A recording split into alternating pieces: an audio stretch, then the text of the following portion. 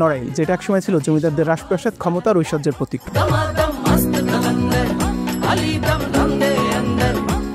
1791 সালে রূপরাম রায়ের মাধ্যমে জমিদারি প্রথা নড়াইলে শুরু হয়। পরবর্তীতে তার ছেলে কালীশঙ্কর রায় এবং তাদের বংশ এই অঞ্চলে প্রায় 150 বছরেরও বেশি সময় ধরে রাজত্ব করেন। আমরা যদি লক্ষ্য করি তাহলে দেখব জমিদাররা কিন্তু শুধু প্রাসাদই বানায়নি, তারা তৈরি করেছিলেন বাদাঘাট, মন্দির, দিঘি, নাট্যমঞ্চ, অতিথিশালা, এমনকি নদীর ধারে কারুকার্যময় বিশাল স্থাপনা।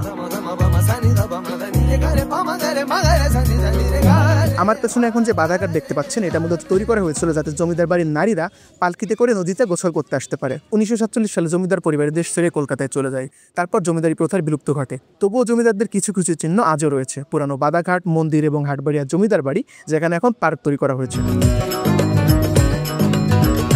সময়ের সাথে সাথে সবকিছু বদলে গিয়েছে, কিন্তু তাদের স্মৃতি এখন রয়ে গিয়েছে এই বাদাঘাটের পানিতে, এই পথের ধুলোয় এবং মানুষের মুখে মুখে।